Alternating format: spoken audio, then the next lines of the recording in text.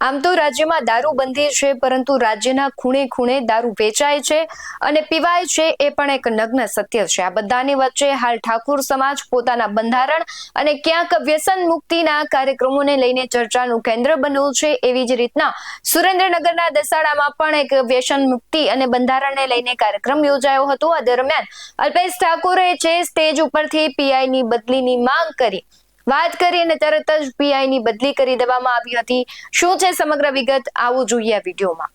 નમસ્કાર, Gujarat BS9 TV ન્યૂઝમાં આપની સાથે હું ભગવતી વિશાવડિયા।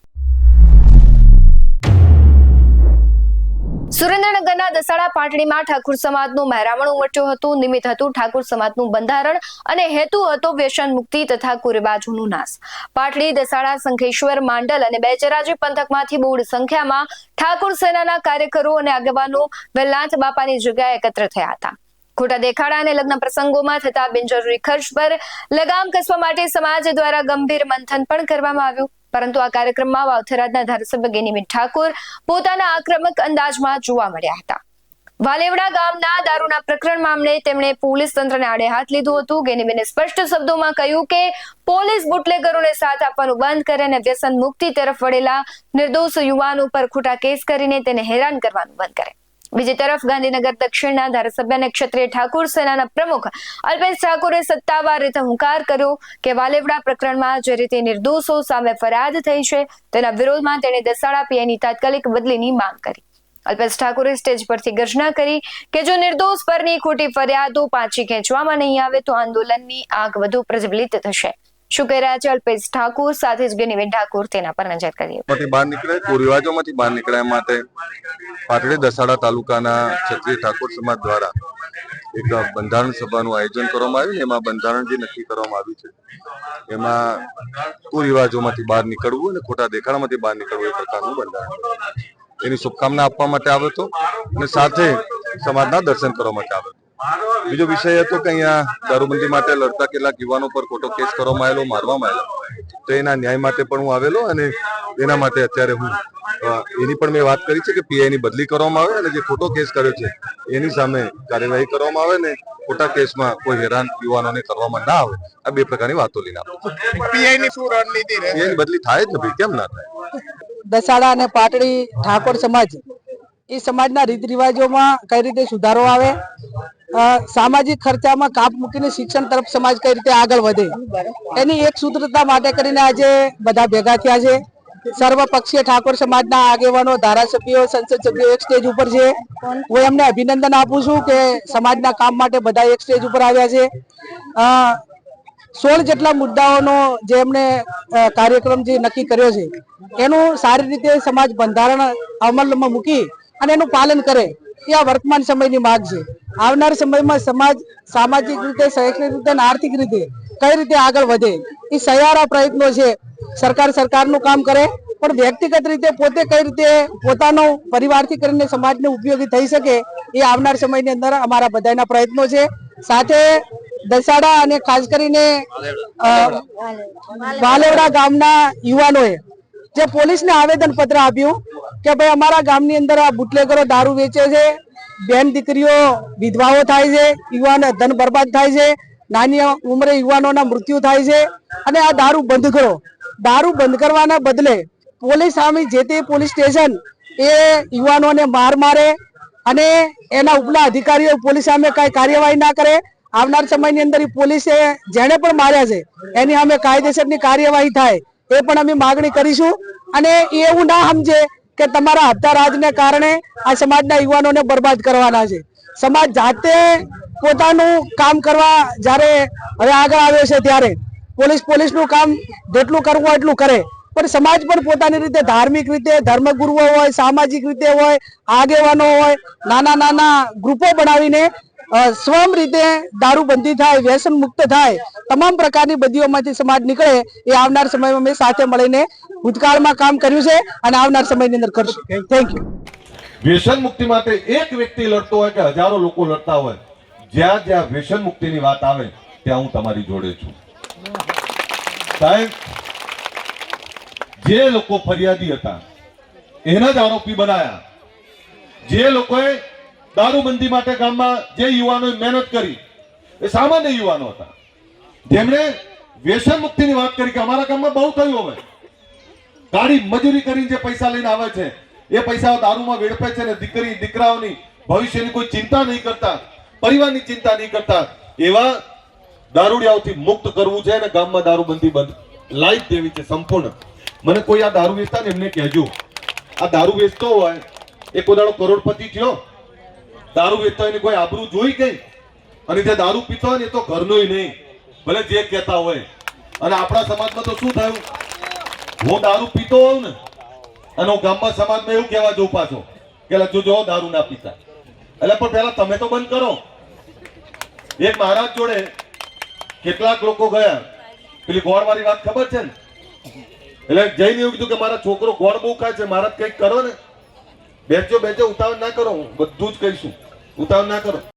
એમને લોકોના હિતમાં નથી કર્યું, એમને કાયદો વ્યવસ્થા બરોબર જાળવ્યું નથી, એમની ફરજ એમને બરાબર જે અદા કરવાની હોય એ નથી કરી. પણ આવનાર સમયની અંદર સમગ્ર દસાડા પોલીસ સ્ટેશન હોય કે આજુબાજુના જે પોલીસ સ્ટેશન લાગતા હોય એમને વિનંતી કરું છું કે આ તમારા આવનાર સમયમાં એક રાષ્ટ્રના સારા નિર્માણ માટે કરીને આમાં ભગીરથ કાર્યમાં તમે મદદ કરો. અને મદદ એ કરો કે જે યુવાનો દારૂ કે આ ડ્રગ્સનું કે જે વ્યસન મુક્તિનું કામ કરવા માંગે છે એમને પૂરો સહયોગ આપો. પહેલા ગામ લેવલે એનો સહયોગ માંગો, પોલીસ સ્ટેશન એ મદદ કરશે, અને ના કરે તો મનોમન આ સમાજ આવડો મોટો આ બધી બેઠી પોલીસ જ ગણાય, આ બેઠી આ બધી પોલીસ જ ગણાય. આપણે બૌદ્ધિક રીતે વૈચારિક રીતે સમજીને બંધ કરવાનું છે. આ અલ્પેશભાઈ એ તમામ જોડે બેસે છે, મોટા મોટા પેલા આગેવાનો જોડે બેસે છે, અને તમામ પ્રકારના લોકોને વચ્ચે રહેલા છે. એમને કોઈ કેમ દારૂ પાઈ શકતું નથી, આ ધવલભાઈને કેમ કોઈ પાતું નથી, આ ભાઈ ભરતભાઈને કેમ નથી પાતું, પણ એ કેમ સમજણનો વિષય છે. સમજણનો એટલા માટે વિષય છે કે કોઈક આપણાને ખતમ કરવા વાળા એ પ્રયત્નો કરે, પણ આપણે સમજવું પડે. ઘણી બધી દારૂ પાવાના અને બરબાદ કરવા માટેના અનેક એંગલ હોય છે. કોઈને તમારી મિલકત લઈ લેવી હોય, કોઈ તમે રાજકીય રીતે ખૂબ આગળ છો, તમારી પ્રતિષ્ઠાને હાનિ પહોંચાડવી હોય, કોઈ તમારે આર્થિક રીતે સધરશો તો તમને કઈ રીતે ખતમ કરવા છે એના માટે કરીને હોય. અને મારે એક દીકરી તરીકે વિનંતી કરું છું કે ઘણા બધા લોકો એવા હોય છે કે તમારે ઘર બેન દીકરીને એક ઓલા માટે કરીને પહોંચવા માટે કરીને ઘરના દીકરાઓને અને એને રવાડે ચડાવવા માટેનો પ્રયત્ન કરતા હોય છે.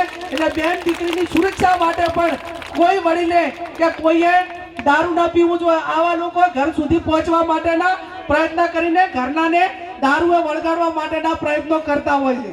આ બધું અનેક એંગલથી થતું હોય છે. ત્યારે આ તમામ એંગલને પહોંચી વળવા માટે કરીને આવનાર સમયમાં સમગ્ર ગુજરાતનો ઠાકોર સમાજ જેમ 2016માં 17માં એક થઈ અને તમામ બતીઓને તિલાંજલિ આપીને આજે એક એવું સંગઠન આપણે બનાવ્યું છે કે ગુજરાતના કોઈ ખૂણે તો ઠાકોર સમાજના યુવાનો સેનાના મળવા સુરતમાં આવે. આજે પણ કીધું કે બેન સાહેબ આવે છે ને તમે ઘડીક આવો, એક દીકરી તરીકે તમે આવશો તો અમને સારું લાગશે. આ સંગઠન એક ક્ષત્રિય સેનાએ અલ્પેશભાઈને લાખ લાખ અભિનંદન આપું છું, એમને ધન્યવાદ આપું છું કે એમણે સમગ્ર ગુજરાતની અંદર એક પહેચાન ઊભી કરી. અને પહેચાન ઊભી કરી એટલે કેવી ઊભી કરી કે ભાઈ લાઇબ્રેરી બનાવો, વ્યસનમાંથી મુક્ત થો, તમે શિક્ષણમાં આગળ વધો, એક યુનિટી બનાવો કે જ્યાં તમારે કોઈને હાકલ પડે અને ભેગા થઈ જો, તમે દરેક રીતે દરેક એંગલમાં લડવા માટે સક્ષમ બનાવવા માટેની એમણે જે મહેનત કરી છે એ મહેનતને આપણે બધે સાથે મળીને આગળ વધારવાની છે. આજે આ તમામ એક બંધારણ માટે ભેગા થયા છો અને એવું બંધારણ બનાવો કે મેં કીધું એમ આપણા ધર્મના ચારે પાયા એક કરી નાખો. વેલનાથ બાપા, સદારામ બાપા, ભાતીજી મહારાજ અને વીર માતા, આ ચાર પાયા એકે થઈ જાય ને તો ગુજરાતમાં કોઈની તાકાત નથી કે તમને ક્યાંય પાછા પાડી ગઈ. અને એ સ્થિતિનું નિર્માણ કરવા માટે કરીને મેં અગાઉ કીધું એમ કે તમામ સમાજો પોતાના સમાજના કામ માટે એક થાય છે. આજે આપણે પણ બધા એક થયા છે.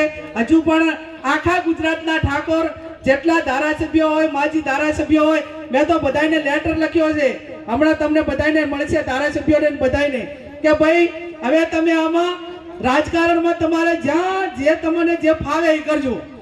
જેટલું જા ફાવે એ કરજો, પણ સમાજની વાત આવે ત્યારે બધા એક તો નહીં. શા માટે? કે આપણે બીજા કોઈ સમાજને કોઈને હેરાન કરવા માટે નહીં. આ ક્ષત્રિય કોને કહેવાય, ઠાકોર કોને કહેવાય? નાનો સમાજ એ ગામમાં ક્યાંક ને ક્યાંક બેન દીકરીની સુરક્ષા માટે એ તમારી પાસે અપેક્ષા રાખે છે, અને તમે પોતે તમારી રક્ષણ કરવા માટે સક્ષમ ના હો તો તમે બીજાનું રક્ષણ કઈ રીતે કરજો? આજે નાનામાં નાનો માણસ એમ કે ઠાકોર સમાજના 5 આગેવાનોને બોલાવો. આ માંગ આખા ગુજરાતની અંદર જ્યારે ઊભી કરવાની છે ત્યારે આવો આપણે સૌ સાથે મળીને સમાજના કામ કરીએ, વ્યસન મુક્તિના કામ કરીએ, શિક્ષણના કામ કરીએ, અને આજે ખર્ચા છે એ ખર્ચા કાપીને તાલુકે દીકરા ને દીકરીઓને ભણવા માટેની હોસ્ટેલનું નિર્માણ થાય. હું અભિનંદન આપું અલ્પેશભાઈને અને એમની ટીમને કે ગાંધીનગર મુકામે એ 3 વીઘા લાખોની કરોડોની જગ્યા લઈ અને ખાતમુહૂર્ત એ આ 26 તારીખે કર્યું છે, અને આવનાર સમયની અંદર સમગ્ર ગુજરાતના ઠાકોર સમાજના દીકરા દીકરી એમાં સર્વે થાય, અને જેનામાં હુનર હોય, જેનામાં ભણવા માટેની એની ક્ષમતા હોય અને એને કઈ રીતે ભણવું છે એ આવનાર સમયમાં બધા સાથે મળીને, હવે ગાંધીનગર કે નહોતું તો ગાંધીનગર પણ તે દાડે ખાતમુહૂર્ત કર્યું છે. ટૂંક સમયમાં એનું નિર્માણ થશે, અને તમારે ભણતર હશે તો બધું જ આવી જશે. એટલે ભણવા માટેની પૂરેપૂરી જેટલી મહેનત કરવી પડે એટલી કરો. ફરી પણ એમ કહું છું કે જેણે પણ આવેદન પત્ર આપીને આ વ્યસન મુક્તિ માટેનું કામ કર્યું છે એને હું સંપૂર્ણ રીતે ટેકો આપું છું. ફરી પણ પોલીસને એમની પાસે અપેક્ષા રાખું છું કે તમે ગુના કેસ કરો, તમે FIR કરો, તમે બુટલે કરો, સામે પગલાં લ્યો, એમની પાસેથી હપ્તા લેવાનું બંધ કરો, અને જ્યાં ન્યાય આપવાનો હોય ન્યાય આપો. એ શબ્દ સાથે આપ સૌનો ખૂબ ખૂબ હૃદયપૂર્વક આભાર. આ સંમેલનમાં સુરેન્દ્રનગરના સાંસદ ચંદુભાઈ સિહોરા, પૂર્વ ધારાસભ્ય ભરતજી ઠાકોર સહિત અનેક મહાનુભાવો ઉપસ્થિત રહ્યા હતા. એક તરફ સામાજિક સુધારણાનો સંકલ્પ અને બીજી તરફ પોલીસના અત્યાચાર સામે વિરોધ. દસાડાની આ ધરતી પરથી ઠાકોર સમાજે એક થઈને સત્તા અને સિસ્ટમ બંનેને કડક સંદેશો આપ્યો. સાથે જ PI ની બદલી પણ થઈ ગઈ છે. એટલે આ પરથી એક સાબિત થાય છે કે જ્યારે સમાજ એક થાય છે, સંગઠન એક થાય છે, તેની તાકાત છે સરકાર અને તંત્રને હચમચાવી દેતા હોય છે. વ્યસન મુક્તિ અને બંધારણને લઈને સતત ઠાકોર સમાજ અત્યારે ચર્ચાનું કેન્દ્ર બન્યું છે. ત્યારે તમારું શું માનવું છે કમેન્ટ બોક્સમાં જરૂરથી જણાવજો. બાકી આવા જ વધુ અહેવાલો સાથે ફરી મળતા રહીશું. તમે અમારી YouTube ચેનલને સબસ્ક્રાઇબ કરવાનું, અમને Facebook અને Instagram પર ફોલો કરવાનું ભૂલશો નહીં. બાકી અવનવી અપડેટ્સ મેળવવા માટે આપ જોતા રહો BS9 TV ન્યૂઝ. નમસ્કાર.